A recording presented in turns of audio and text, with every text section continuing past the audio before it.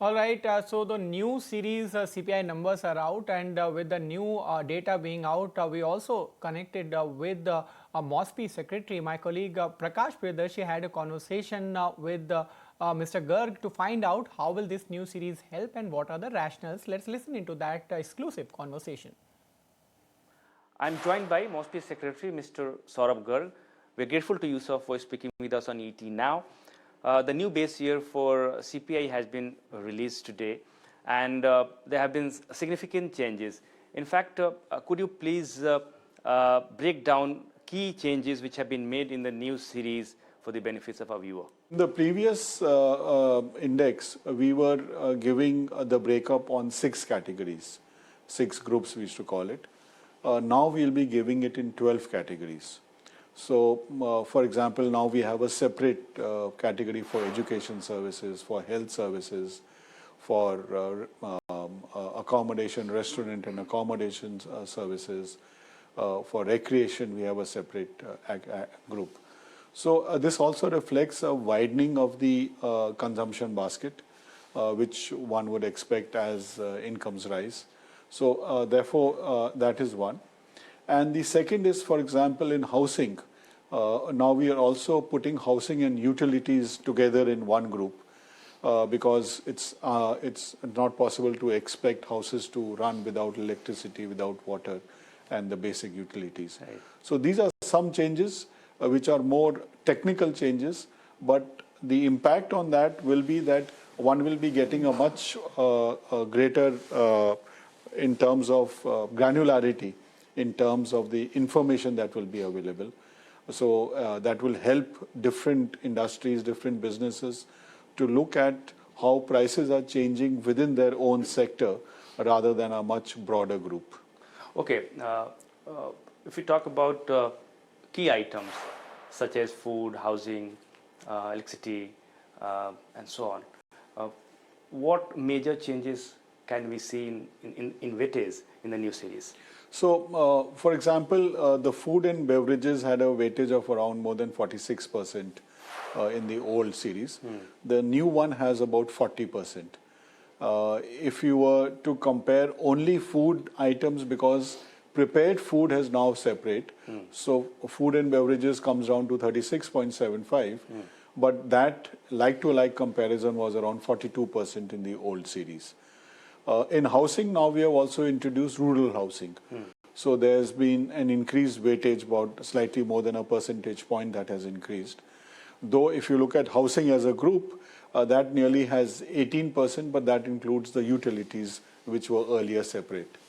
So these are some of the major changes, but in others, for example, education services, there's been a slight increase because even though it seems there's a change in housing because books and all are in a separate category. So overall, one also sees there's an increased use of services. So number of services we have increased by 25% in the new series, and that reflects a changing consumption pattern. The objective behind these changes are, of course, getting actual data, real-time data. So in that context, how these changes are going to reflect the current consumptions? Yeah. So that's, in fact, that's the precise reason why we have done it. The earlier consumption basket was based on the consumption expenditure survey of 2011-12. And now we did, in fact, we did 2 back-to-back surveys in 22-23 and 23-24. So keeping in view that consumption baskets have changed, new products have come up, new services have come up which were not there. And some of the old services and old products have also got deleted because over time their usage, for example, VCR, cassettes, they are no longer there in the new series. Now we have food processors and mobile phones, etc. So it more accurately reflects, and the idea of the CPI is to reflect what is the perceived experience of people in terms of the prices that they face currently with the products and services that they are purchasing. So with this change, it will be much more closer to what the different households are purchasing at different deciles. So will it have impact on or implication on RBI's monetary policy or inflation targeting as well? The monetary policy and inflation targeting, no doubt, uses CPI as one of the major inputs. But you must realize that the RBI uses a number of other indicators also. So the final decision will depend on the actual numbers that come up.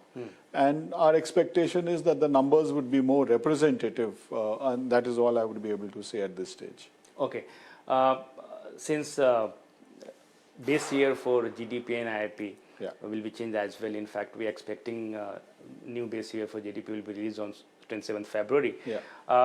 So could you please shed some more light on this methodology as well, what type of changes we are expecting in the new series? So I think both in the GDP and IIP, the changes in the products that are produced and the industries that have come up would get reflected. Right. Over a 10-year period, the structure of the economy has changed. We have a much greater digitalization which has happened, especially since 2015 when Digital India was introduced. And new data sources have come up. For example, GST is available. That gives a much more granular idea of the different sectors of the economy. We have e-Vahan data, which gives an idea of the transport sector. Apart from that, we have introduced new surveys. For example, now we have an annual survey of the unincorporated sector enterprises. So we get much more deeper information about households' services and activities than we had previously. The periodic labor force survey is now a monthly. We bring out the data, and we bring out quarterly and annual, which with greater granularity and deeper insights into each of these. Apart from this, we have started some new surveys like the time use survey, which we did in 2019 and 24. And we'll be doing the All India debt and investment surveys. So there is a change in the structure of the economy, so that industries change, the products change. There's a change in the digital part of the economy. There's a change in data sources. And we have more deeper information of various sectors. So a combination of this will ensure that the GDP data is so much more representative of the present structure and the present methods. And all this will get reflected in the new GDP and the IIP. So after taking all these factors into account and with the introduction of new base year for GDP, can we expect some change, some sort of change in overall GDP numbers as well? So there would be some change in the GDP numbers, but our expectation is that there should not be significant changes. It's too early for me to talk about them because it's even the previous series, we use indicators and we keep on adding new data sources as they become available. But what we are trying to ensure is now that the robustness of those estimates improves, the accuracy of those estimates improve, and we ensure that no part of the economy gets left out. So our focus is much more on the robustness and the accuracy of the numbers. We are in a way agnostic of what the numbers actually are. So you mentioned that a new source of data have arrived. In fact, GDP, transactions through digital platforms, e-commerce platforms. So will that have will that impact these forecasts going forward, or what would be the change in overall methodology going forward in our calculation? So both in CPI and all the three, CPI, GDP and IIP, we have now new administrative data available and alternate data sets also. Like, for example, in CPI, we're going to be using data from e-commerce platforms. Right. We're going to be using OTT media data, which is available online to us. We would be using airfare, rail fare data, again, which gets collected online, and we'd be getting that. Right, sir. Similarly, in GDP, we have GST data, e-Vahan data. We have a very important source, which is the Public Financial Management System, PFMS, which gives an idea of the actual expenditure of the government right up to the village level. So it will help us to get better estimates, and it will also help us to better allocation of the GDP across states, across regions, it will improve in that also. So both these things will ensure that the accuracy and the validity of these estimates improves. So before I wrap up this conversation, I would like to ask one more question regarding the GDP data, and of course some agencies, international agencies, have raised some concerns about the methodology or calculation method as far as India's GDP is concerned. Do you find any merit in such observations, and also do you see that with the introduction of a new base year, a new series, will put these doubts to rest? So I think one of the main reasons that there were some doubts raised is because the base year was more than a decade old. Perhaps we would have done it earlier, but there were changes in the economy, and the COVID came in, and therefore it's got delayed.